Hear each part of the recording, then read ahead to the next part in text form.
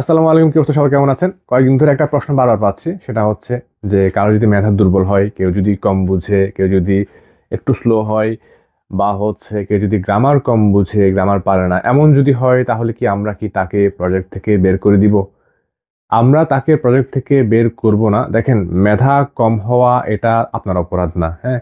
German ভাষা এটা শেখার জন্য অনেক বেশি মেধাবী হতে হবে না, আহামরি মেধাবী হতে হবে না। আপনি কম মেধা দিয়েও কিন্তু শিখতে পারবেন। সো এই ক্ষেত্রে আপনি কিভাবে মেধা রিকভারি করবেন? দেখেন, মেধাবী যে ওর যদি দৈনিক ২ ঘন্টা পড়তে হয়, আপনাকে সে জায়গায় পড়তে হবে ৪ ঘন্টা। মেধাবী যে সে যদি ৩ ঘন্টা পড়ে, আপনি ৬ ঘন্টা পড়বেন। আপনার কাছে সময় আছে, ওই মেধার যে ঘাটতি সেটা আপনি সময় দিয়ে, পরিশ্রম দিয়ে আপনি পূরণ করে নিবেন। আমাদের স্টুডেন্ট যারা আছে ওদের থেকে আমরা একটা পরীক্ষা নিই। পরীক্ষা নেওয়ার পরে ওদেরকে আমরা ৪ ক্যাটেগরিতে আমরা ভাগ করি। A, B, C, D। A, B, C ওকে, কোনো সমস্যা নাই। বাট ডি ক্যাটাগরি মানে হচ্ছে ডেঞ্জার ক্যাটাগরি। আপনি ডি ক্যাটাগরিতে পড়েন, মানে হচ্ছে আপনি যদি পারফরমেন্স যদি লো হয়, অনেক অনেক বেশি লো, যেটা আসলে আমাদের প্রজেক্টের সাথে যায় না, তখন হচ্ছে আমরা আপনাকে ডি ক্যাটাগরিতে ফেলি এবং ডি ক্যাটাগরির সব স্টুডেন্টকে নিয়ে আমরা মিটিং করি যে কি সমস্যা হচ্ছে আপনার, বলেন তার কি দুর্বলতা সেটা আমরা জানতে চাই, এবং হচ্ছে তার কিভাবে হলে তাকে কিভাবে গাইড করলে সে ভালো করবে সেগুলো আমরা যাচাই বাছাই করি এবং তাকে আমরা এক্সট্রা কেয়ার দিই, এবং তার যা যা ফ্যাসিলিটিস দরকার আমরা এগুলো আমাদের থেকে ফুলফিল করার ট্রাই করি। যদি দেখি যে না এরপরও হচ্ছে না, তারপরও সে পারছে না, দেন হচ্ছে আমরা ওকে বলি যে কি আমরা দুঃখিত, আপনার সাথে আমরা কন্টিনিউ করতে পারবো না। সো এটা কোন ক্ষেত্রে হবে? একদম যে বোকা, একদম মনে করলাম সে খুব কম বুঝে, তাকে যদি আমরা গাইড করি রাইট ওয়েতে, আমি মনে করি সেও পারবে। কিন্তু পারবে না কে জানেন?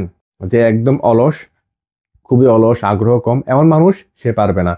জার্মান ভাষা এটা রকেট সায়েন্স না, হ্যাঁ?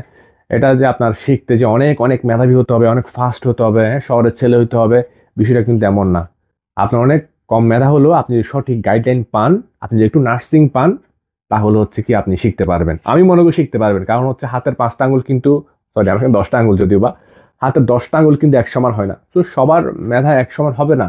আল্লাহ তাআলা সবাইকে সমান মেধা দিয়ে সৃষ্টি করে নাই।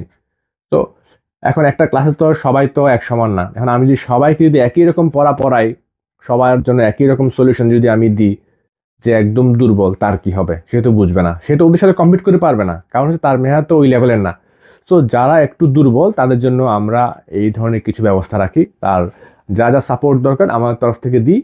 ততক্ষণের মধ্যে দিব যতক্ষণ না দেখতেছি তার মাঝে আগ্রহ আছে, চেষ্টা আছে। চেষ্টা যদি থাকে, আগ্রহ যদি থাকে, তাহলে আমরা আপনারে কখনোই বের করব না। নেভার। আমরা এটা কখনোই করব না। আমরা চাই হচ্ছে আপনার স্বপ্ন পূরণ হোক। আপনি চেষ্টা করতেছেন, ওকে ফাইন, আমরা আরো বেশি চেষ্টা করব আপনার হয়ে। আপনাকে আমরা সকল ধরনের সাপোর্ট দিব এবং আপনি ডেফিনিটলি পারবেন। কিন্তু কখন পারবেন না? যদি আপনি আলসিয়ে হন, যদি আপনি ফাঁকিবাজ হন, তাহলে সম্ভব না। তাহলে প্রজেক্ট থেকে আপনাকে বের করে দেওয়া হবে।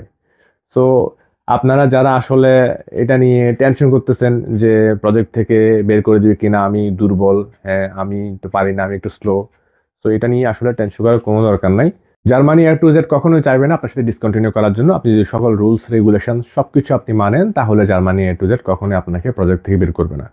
আমাদের এখানে আরো কিছু রুলস রেগুলেশনস আসবে সামনে, আরো অনেক কড়াকড়ি বা হচ্ছে আরো অনেক ধরনের নিয়ম শৃঙ্খলা আমাদের এখানে আমরা অ্যাড করব।